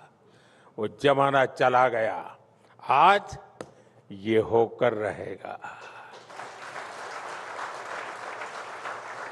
ये जो भाव आया है, यही भारत की असली सिद्धि है और यही रियल पावर है। चुनौतियों तो आज भी बहुत है और हमेशा रहेगी। और चुनौतियां बहुरूपिया होती हैं, वो नए नए अवतार में सामने आती रहती है। अरे आएगी, जिस रूप में आएगी जंग उससे भी लड़ लेंगे जी, और जीत भी लेंगे। लेकिन ये हो सकता है और हम ये करके रहेंगे। जब इस भाव से देश आगे बढ़ता है तब सपने पूरे होते हैं। साथियों, यहां भारत के 100 से ज्यादा जिलों और 500 से ज्यादा ब्लॉक्स की चर्चा करना चाहूंगा। ये विकास के हर पैरामीटर पर पीछे छूट गए थे और पहले की सरकार ने इन पर पिछड़ा होने का ठप्पा लगा दिया था। ये तो बैकवर्ड डिस्ट्रिक्ट है, ये तो बैकवर्ड इलाका है। हमने देश के इस बहुत बड़े क्षेत्र को पिछड़ेपन की निराशा से बाहर निकालकर डेवलपमेंट की एस्पिरेशन जगाई। सबसे पहले तो हमने पहचान ही बदल दी। हमने कहा ये एस्पिरेशनल डिस्ट्रिक्ट है, ये एस्पिरेशनल ब्लॉक है। हमने एस्पिरेशनल डिस्ट्रिक्ट का प्रोग्राम बनाया, एस्पिरेशनल ब्लॉक का प्रोग्राम बनाया और सरकार ने विकास के हर पैरामीटर पर बहुत बारीकी से काम शुरू किया। क्योंकि इस डिस्ट्रिक्ट में ये 3 पहलू हैं, पहले उसमें से बाहर निकलो। यहां 6 पहलू हैं, पहले इसमें से बाहर निकलो। बड़ा फोकस वे में काम शुरू किया। आज ये एस्पिरेशनल डिस्ट्रिक्ट और ब्लॉक्स राज्य की ओवरऑल ग्रोथ को आगे बढ़ाने का काम करने लगे हैं। जो पहले ग्रोथ को पीछे खींचते थे, इन एस्पिरेशनल डिस्ट्रिक्ट में बहुत बड़ी आबादी गरीब थी, अभाव में थी। बीते वर्षों में 25 करोड़ गरीबों ने गरीबी को परास्त किया है।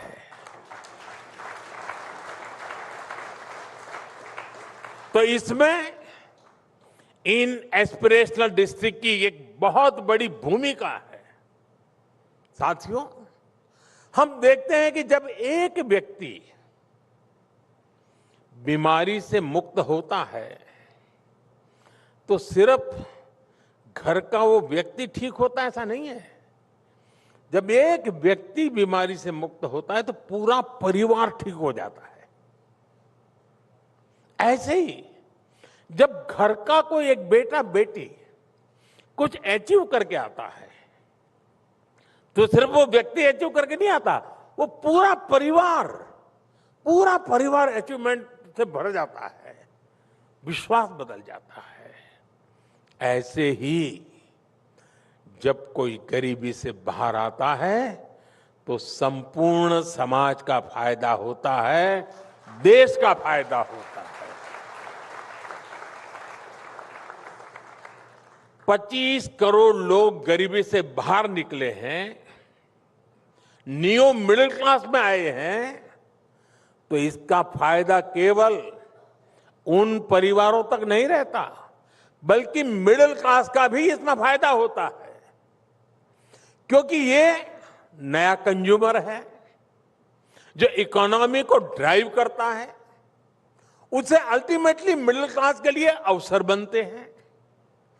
यानी गरीबी कम होना केवल वेलफेयर का ही विषय नहीं है, यह अवसरों के विस्तार की गाथा है, नई एस्पिरेशन की प्रेरणा है।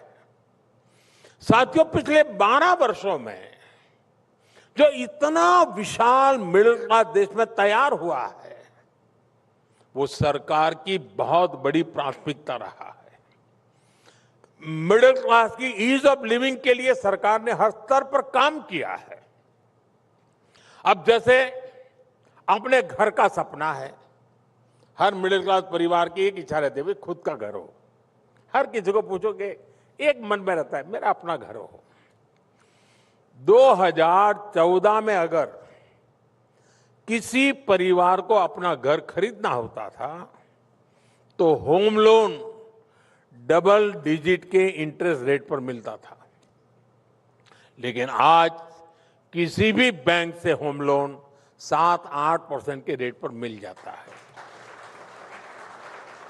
पहले लोन लेना भी किसी युद्ध जीतने जैसा था। युद्ध जीतने में जितनी ताकत लगी उतने लोन लेने में लगती थी। आज ये घर बैठे संभव हो पा रहा है। मैं यही की बात बताता हूं। ये दिल्ली एनसीआर में रहने वाले लोग जानते हैं कि कैसे शहरी मिडिल क्लास के हजारों घर अधूरे अटके हुए थे। पैसे दे दिए थे, पूरे जिंदगी भर की कमाई बिल्डर को दे दी थी। उसने भी बढ़िया बढ़िया पैम्पलेट दिखाए, सपने दिखाए। अब ये किराए पर घर में रहते हैं तो किराया भी देना है, घर जल्दी मिलेगा। उधर किराया रहते हैं, घर मिल नहीं रहा, घर बन नहीं रहा। बहुत बुरा हाल था। इन अधूरे घरों को पूरा करने के लिए हमने 25,000 करोड़ रुपए का स्पेशल फंड बनाया। और आपको जानकर खुशी होगी कि देश में बरसों से अटके करीब 60,000 घरों को डिलीवरी किया जा चुका है। साथियों, एक और चीज है जो रोजमर्रा की जिंदगी को प्रभावित करती है। ये जरूरत है कनेक्टिविटी की, ट्रांसपोर्ट की। आज आप सोशल मीडिया में देखिए, दुनिया भर से जो भी टूरिस्ट आता है, भारत आता है, वो हमारे मेट्रो सिस्टम को देखकर हैरान रह जाता है। साथियों, वर्ष 2014 में करीब 28 लाख लोग हर रोज मेट्रो से सफर करते थे। आज करीब 1,28,00,000 लोग हर रोज मेट्रो से सफर कर रहे हैं। अब वंदे भारत, नमो भारत और अमृत भारत जैसी हाई स्पीड ट्रेन्स देश को कनेक्ट कर रही है। अच्छी सड़कों, अच्छे हाईवे से समय तो बच ही रहा है। गाड़ियों की मेंटेनेंस पर होने वाला खर्चा भी कम हुआ है। बीते वर्षों में एयरपोर्ट की संख्या डबल हुई है। इससे कई छोटे छोटे शहरों में भी मिडिल क्लास को हवाई यात्रा की सुविधा पहली बार मिली है। साथियों, पिछले 12 साल मिडिल क्लास के लिए कमाई के साथ साथ बचत के भी रहे हैं। 2013-14 में लगभग 2 लाख रुपए तक की आय होने पर टैक्स लगता था। आप सबको वो नसीब रहा होगा। और ये टैक्स मिडिल क्लास देता रहता था। आज 12 लाख रुपए तक की आय पर कोई टैक्स नहीं है।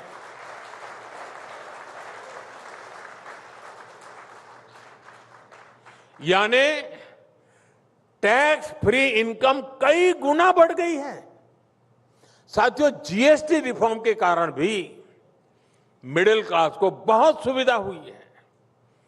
टैक्स फाइलिंग का समय और खर्चा भी बच गया है, क्योंकि ये बहुत ही आसान हो गया है। घर बैठे ही आईटीआर फाइल हो रहे हैं।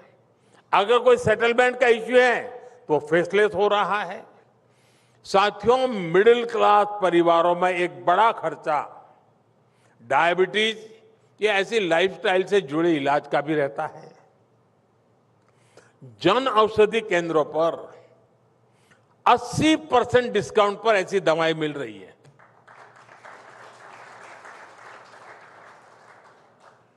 अगर आपका पहले 1,000 रुपया खर्चा होता था तो आज 200 रुपये में काम हो जाता है। 800 रुपया बच रहा है।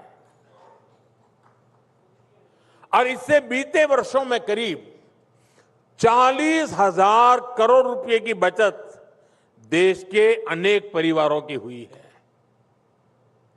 मिडिल क्लास के बजट का एक बड़ा हिस्सा बुजुर्गों के इलाज पर भी जाता है।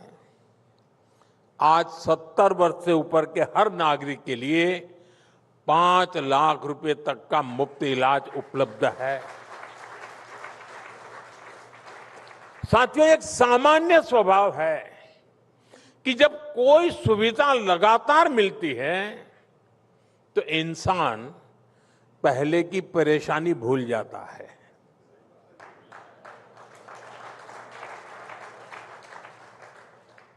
अब 2 लाख रुपया पर आप टैक्स देते थे, अब 12 लाख तक नहीं देना पड़ रहा, लेकिन जब मैं कहूं तब ताली बजती है।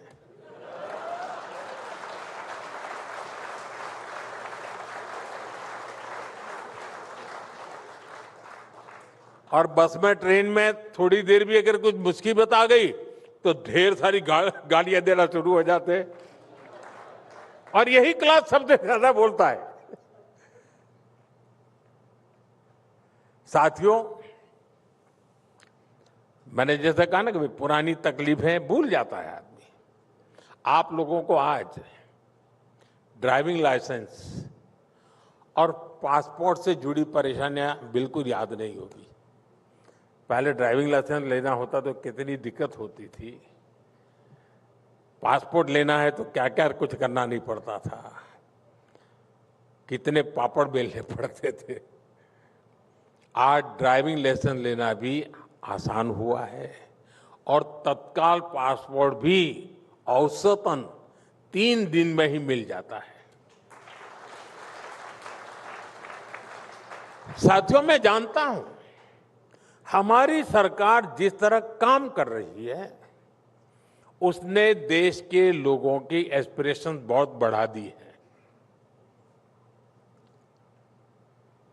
एक काम हुआ तो लोगों की डिमांड वहीं खत्म नहीं हो जाती, वो उससे भी बेहतर काम चाहते हैं, उससे भी अपडेट सुविधा चाहते हैं। अगर पहले डिमांड नई सड़क की थी तो सड़क बनने के बाद लोग पूछते थे मेट्रो कब आएगी। पहले अपेक्षा होती थी कि ट्रेन समय पर पहुंच जाए, ट्रेन में बैठने की साफ सुथरी जगह मिल जाए। आज डिमांड है कि हमारे रूट पर वंदे भारत क्यों नहीं चल रही। साथियों, कुछ लोगों को यह असंतोष लगता है, ये एस्पिरेशन है।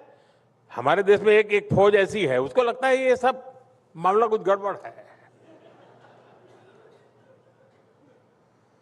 लेकिन लोग आखिरकार ये अपेक्षाएं किसके पास करेंगे भाई?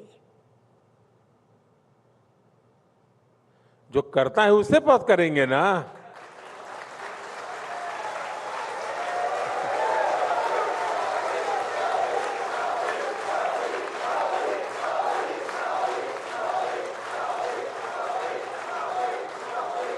सामान्य लोग भी नहीं, पूरी कांग्रेस पार्टी कहती है कि जरा मोदी जी ये हो जाना चाहिए, होना चाहिए, कहते रहते ना।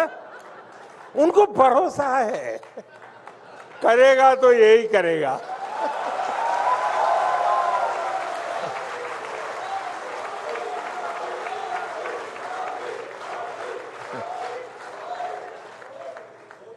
साथियों, एस्पिरेशंस वही होती हैं जहां लोगों को लगता है कि सपने पूरे हो सकते हैं।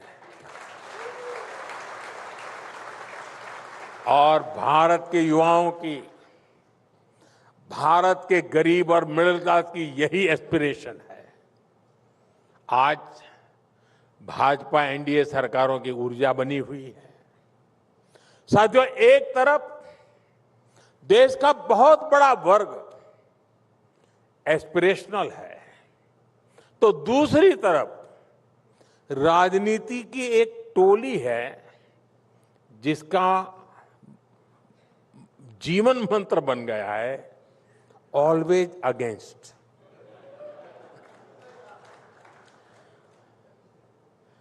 ये टोली क्रॉनिक डिससेटिस्फैक्शन यानी स्थायी असंतोष से भरी हुई है।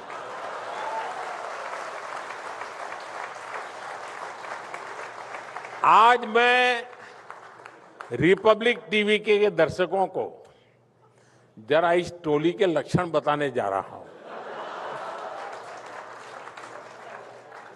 सिम्टम्स पता चलेगा तो आपको समझ आ जाएगा मैं क्या कह रहा हूं। आप आसानी से पहचान लेंगे। जी, जैसे मैं उदाहरण देता हूं, आप समझ जाएंगे। इनको आप अक्सर कहते सुनेंगे, अरे फला जगह तो 24 घंटे बिजली आती है, यहां क्यों नहीं? और अगले ही दिन ये लोग डैम्स का, सोलर पार्क का, थर्मल का, न्यूक्लियर प्लांट का विरोध करने के लिए डफली लेके आ जाएंगे।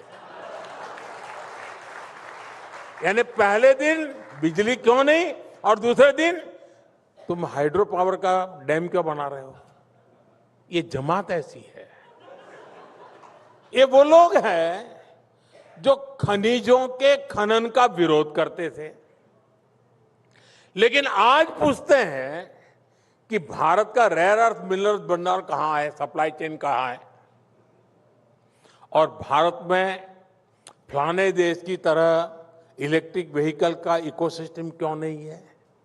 ये वही लोग हैं जो कभी डेटा या आटा इसकी डिबेट चलाते थे। पहले डेटा की आटा बड़ा मजा आता था।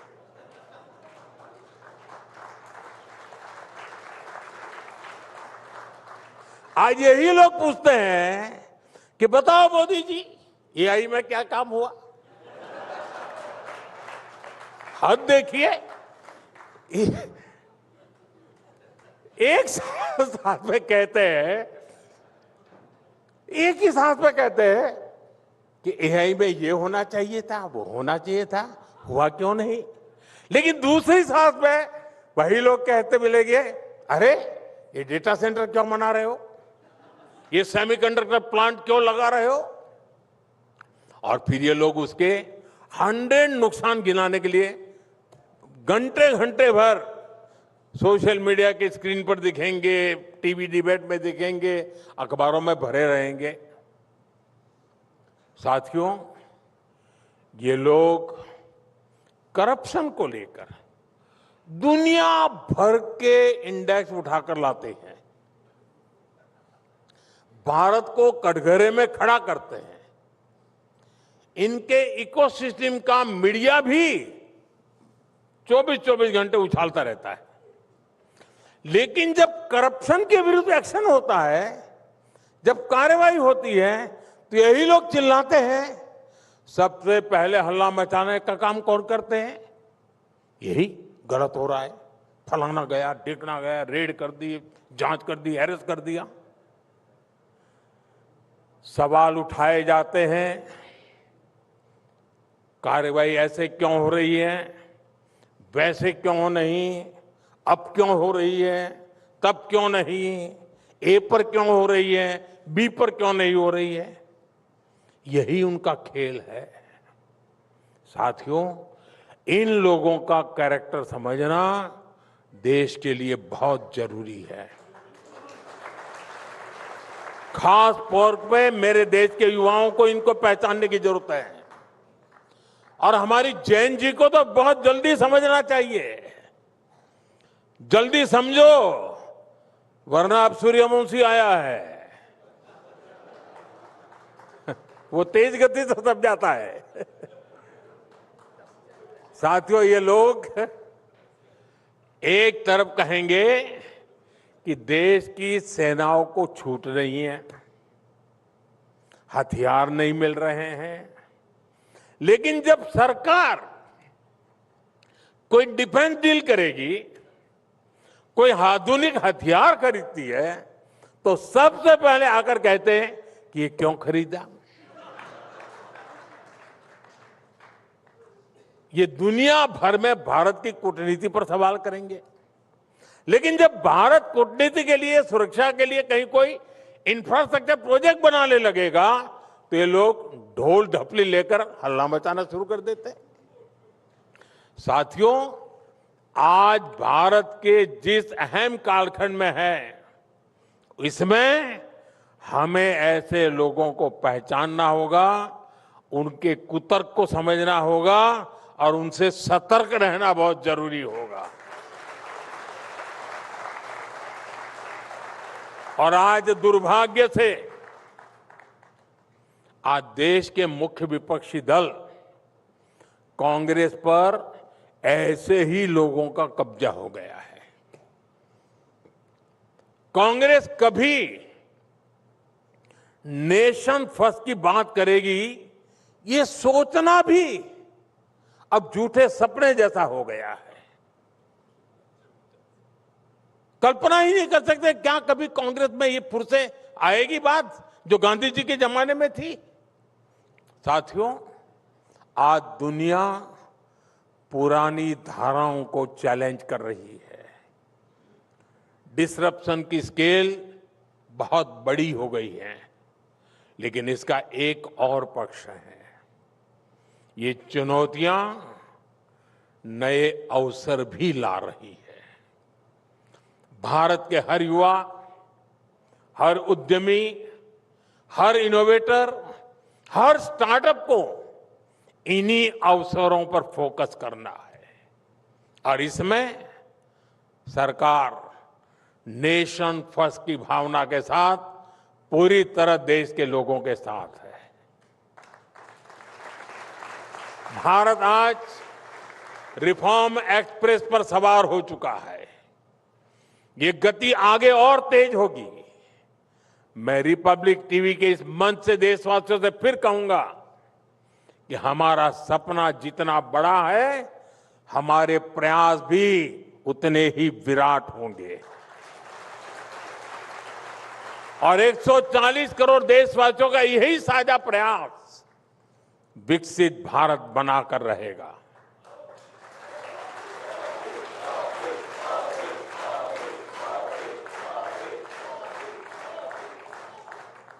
और आप में सब लोग, मैं विश्वास से कहता हूं, अपनी आंखों से विकसित भारत देखने वाले हैं। आने वाली पीढ़ियों तक इंतजार करना पड़े इस प्रकार से मैं काम नहीं करता। आप खुद अपनी आंखों से देख करके जाएंगे। इसी विश्वास के साथ मैं फिर एक बार रिपब्लिक टीवी को, उसके दर्शकों को और आप सभी को बहुत बहुत शुभकामनाएं देता हूं। बहुत बहुत धन्यवाद।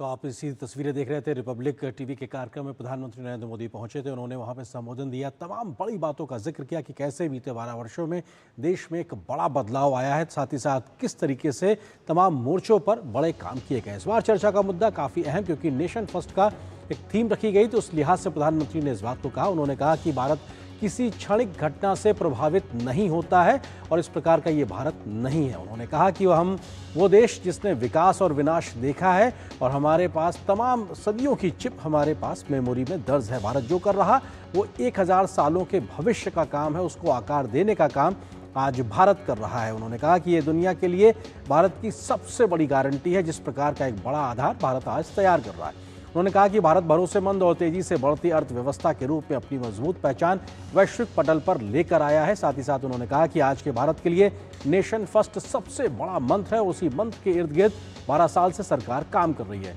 हम जो भी कर रहे हैं उसके केंद्र में राष्ट्र प्रथम की भावना है। ये बात प्रधानमंत्री ने कहा कि उनकी नीतियों में राष्ट्र प्रथम सबसे पहले है। दशकों से माओवादी आतंक आदिवासी इलाके में फैला हुआ था, लेकिन उसको खत्म करने का काम तल्लीनता के साथ में किया गया है। अनेक सरकार आई और गई, लेकिन हिंसा नहीं रुकी और किस तरीके से बीते 12 वर्षों में एक बड़ा बदलाव जमीन पर आया है। माओवादियों के कारण 17,000 से ज्यादा हिंसक घटनाएं 2004 से 2014 के एक दशक के बीच हुई थी। इस बात का जिक्र प्रधानमंत्री ने किया। उन्होंने कहा कि आपने खबर देखी होगी कि माओवाद खत्म हो गया है और उन्होंने कहा कि देश में माओवाद अंतिम सांस ले रहा है और माओवाद का खात्मा ऐसे ही नहीं हुआ, इसके लिए खपना पड़ा है, देश को लगना पड़ा है और तमाम कुर्बानियां भी तमाम मुहिम में दी गई हैं। जो लोग आज संविधान की दुहाई देते हैं उन्हें तब फर्क नहीं पड़ता था जब माओवादी संविधान के खिलाफ जाकर देश के तमाम आदिवासियों के साथ काम करते थे। हमने संकल्प लिया कि माओवाद को खत्म कर देंगे और उस संकल्प को सिद्धि तक पहुंचाने में लगातार निरंतर काम किया है, प्रयास किया है। आज देश नतीजा देख रहा है। माओवाद अंतिम सांसें गिन रहा है और अपने आप में ये दिखाता है कि देश किस तेजी से बदलाव की बयार को लेकर आया है। हमने दिलों को जीतने के लिए काम किया है और इस लिहाज से जहां पर खात्मा किया गया है, साथ ही साथ वहां पर हमने विकास को भी आगे लेकर गए। इन इलाकों में 9,500 मोबाइल टावर लगाए गए हैं, जिसकी वजह से कनेक्टिविटी में बड़ा सुधार हुआ है। लोग संवाद कर पा रहे हैं। बस्तर जैसे इलाके में बम बंदूक नहीं, बस्तर ओलंपिक की धूम सुनाई पड़ती है, जिसके 2 सत्र अब तक हो चुके हैं, जिसमें लाखों बच्चों ने हर तरीके से उसमें शामिल हुए हैं। नक्सल के खत्म होने से हिंदुस्तान के हर इलाके में विकास हुआ है और विश्वास जगा है पूरे देश भर में कि किस तरीके से इस प्रकार का बदलाव भी जमीन पर आ सकता है। 12 सालों में देश ने निराशा को आशा में बदला है। आज एस्पिरेशनल इंडिया की तरीके से तेज गति से हम आगे बढ़ रहे हैं। ये भावना देश की असली सिद्धि है, यही असली ताकत है कि हम एस्पिरेशंस के साथ में आगे बढ़ते हुए दिखाई पड़ रहे हैं। प्रधानमंत्री के संबोधन की बड़ी बात है, जिसमें उन्होंने कहा कि चुनौतियां जैसे भी आएंगी हम लड़ेंगे और जीतेंगे। वो रूप बदल के चुनौतियां हमारे सामने आती है, लेकिन हम उस चुनौती को अवसर में बदलने का काम करेंगे। बीते कुछ सालों में 25 करोड़ लोगों ने गरीबी को हराया है, जिसका फायदा देश की अर्थव्यवस्था को भी मिला है। देश में वर्षों से अटके 60,000 घर अब बन चुके हैं, जो तमाम लंबे समय खासतौर से पिछले दशक की कांग्रेस की सरकार पर उन्होंने कटाक्ष करते हुए इस बात का जिक्र कहा। पिछले 12 साल कमाई के साथ बचत के भी रहे हैं, क्योंकि इस प्रकार की सामाजिक आर्थिक योजनाएं हैं जिसका बड़ा फायदा देश के गरीब और मिडिल क्लास को मिला है। मिडिल क्लास के लिए 12 लाख तक की आय पर टैक्स फ्री कर दिया गया, जो पहले 2 लाख हुआ करता था। उन्होंने इस बात का जिक्र किया कि जन औषधि केंद्रों पर दवा 80% तक सस्ती हो गई है, जिसका सीधा फायदा खासतौर से मिडिल क्लास के लोगों को मिलता नजर आ रहा है। आज पासपोर्ट और ड्राइविंग लाइसेंस लेना आसान हो गया है, जो पहले एक बहुत बड़े युद्ध जैसे संघर्ष को एक तरीके से हुआ करता था।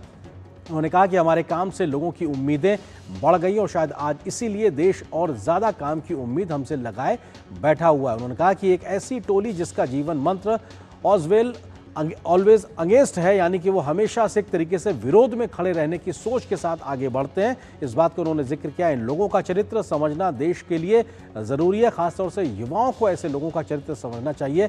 इस बात को प्रधानमंत्री ने कहा। कांग्रेस कभी नेशन फर्स्ट की बात करेगी ये सोचना भी गलत है, क्योंकि उनकी मूल भावना इस प्रकार की नहीं रही कि वो देश हित में काम करें। भारत आज रिफॉर्म एक्सप्रेस पर सवार हो चुका है। बड़े बड़े आर्थिक सामाजिक रिफॉर्म से बड़े बदलाव जमीन पे बीते 12 वर्षों में उतरे हैं।